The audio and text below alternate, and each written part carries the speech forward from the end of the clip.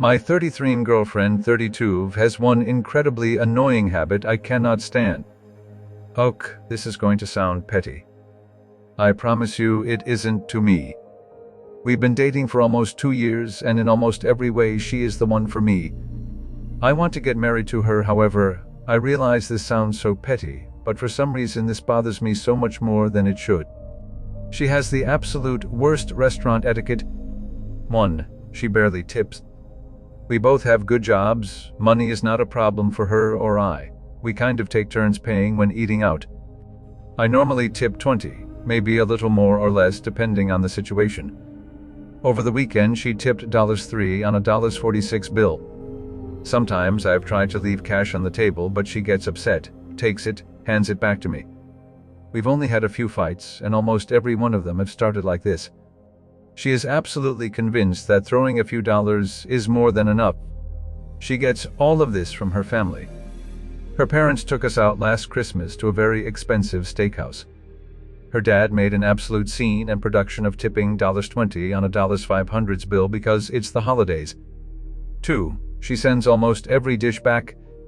Something is always wrong with whatever she ordered. The hamburger is not done enough or done too much.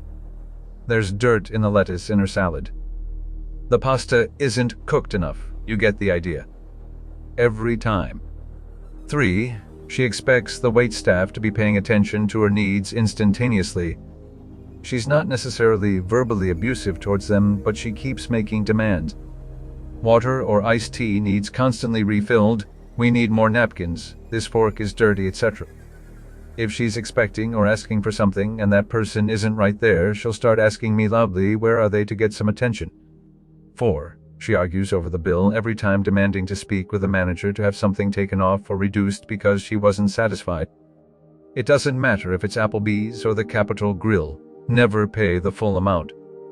I am 100% sure this all comes from how her parents act at restaurants.